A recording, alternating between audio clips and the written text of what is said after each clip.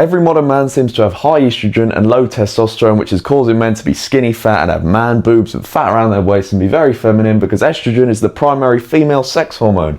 And it's high because of these 5 reasons, which you'll learn to fix in this video, so you can get high testosterone and get our estrogen to a good level. Just for the record, we don't want no estrogen in our body, because that's actually going to cause problems with low libido and bad energy and things like that. But these are 5 things that I teach against inside of the high testosterone blueprint. And the first one is a crucial one, is your diet. Obvious for so many reasons. Diet is a driver of all human health, but specifically for estrogen, if you're consuming a lot of soy, you hear the term soy boy, this is where it comes from, because soy contains phytoestrogens, and when consumed in pretty decent amounts, it is going to mimic estrogen in the body, so it needs to be minimized. If you're consuming a lot of processed or ultra processed foods, again, a lot of these foods are going to be estrogenic or contain trans fats or be very calorific, and that will bring me on to my next point as well. So if you're eating too many calories, you're going to be too fat, too high body fat. And if you have an unoptimal diet, this is going to drive your testosterone down and drive your estrogen up, which is not what we want at all. And it brings me on to my next point, is your body fat percentage. Because if you are anywhere over 20% body fat, you're going to experience a lot of something called aromatization, which is the conversion of testosterone into estrogen in the body. And this is because fat tissue contains an enzyme called aromatase, which causes this process to happen. This does happen for practically every man, but the amount that it happens determines on your body fat percentage. You want to get down to 10 to 15% body fat. And how do you do that? Very simple. You stay in a calorie deficit for long enough. People still like to say, just eat clean and you'll lose fat. But the reason you'll lose fat is because you're in a calorie deficit. You can eat whatever you want to lose fat. Not that I'm telling you to do that, because that's not going to be good for our testosterone or estrogen levels or our health as a whole.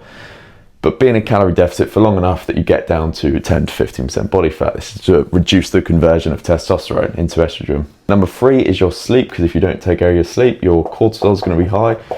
Cortisol is the primary stress hormone. When that's up, testosterone is down. You need to be getting 8+ hours a night of quality sleep. And there's going to be indirect effects as well, in terms of you produce all of your hormones in your sleep. If you don't get good quality sleep, your hormones are going to be all over the place. Your circadian rhythm is going to be misaligned. You're going to have no energy and less motivation to do the things you need to do to stay in shape and all of your good habits.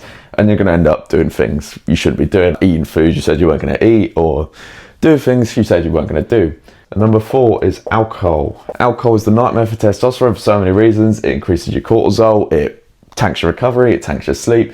It's estrogenic itself, especially beer. If you're consuming a lot of beer and IPA especially as well, this is going to raise your estrogen because it contains phytoestrogens, just like soy and other plant-based foods do.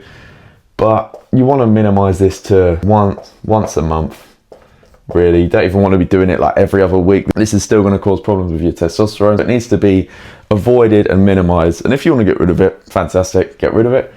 And the last one is endocrine disruptors. Endocrine disruptors are things that disrupt your endocrine system. These are like modern care products that contain like phthalates and fragrance and sulfates, BPA and microplastics, which are found in like plastic water bottles and plastic like Tupperware and plastic cookware, especially when heated up.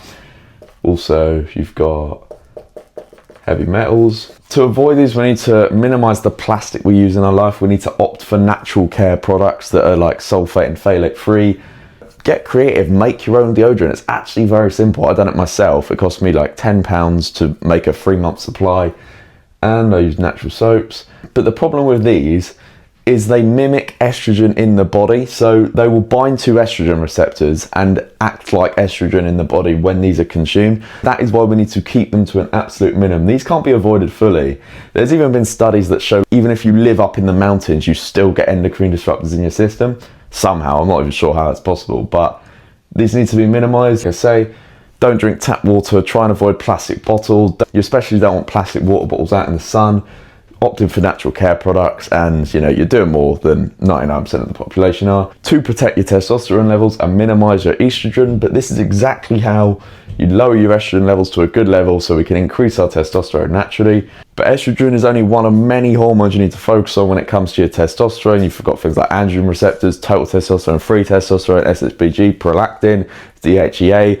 All of them things are like a system that allow your testosterone to be high and for you to actually have free testosterone that you can use so you can exhibit the effects of high testosterone.